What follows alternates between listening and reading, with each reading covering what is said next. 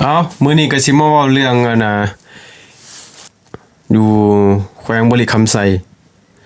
ข้อยเห็นแล้วโอ้ยตายแล้วพี่น้องเอ้ยคือจังว่าให้มันไปขุด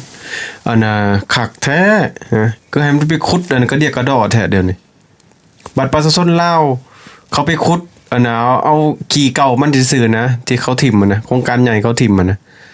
คือว่าไปทำมาอันน่ะไปมั่างไปทำให้ของเขาอุปกรณ์ของเขา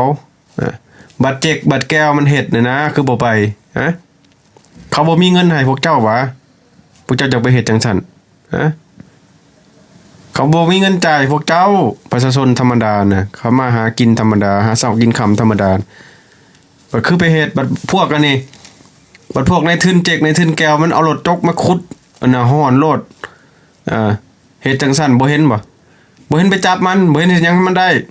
บัดประชาชนตาดำๆนี่นะเครื่องจักรกันน่ะน้อยๆนึงไปฮ้อนไปขุดมันจะพอสิได้ทำใดบัดพวกเก็กพวกแก้วน่ะนะปล่อยมันเฮ็ดอยู่ในเบิ่งเอานี่พี่น้องเอ้ยข้อยเห็นแล้วโอ้ยข้อยมึนนำมันยังคือไปปล่อยมันเฮ็ดง่ายได้จังซี่แท้ฮะสูนี่มันขายทรัพย์สินทรัพยากรของชาติแดกสุบ่มีปัญญาหาอยู่หากินสุบ่มีปัญญาเฮ็ดเวียกพวกภาครัฐพวกกันลาวแดงพวกคอมมิวนิสต์พวกนั้นสลาดหลายโพดพวกสูน่ะมันสลาดหลายโพดสูน่ะสูบ่ได้โง่สูน่ะมันสลาดสบายสูน่ะนั่งกินอย่างเดียวบ่สนใจหยัง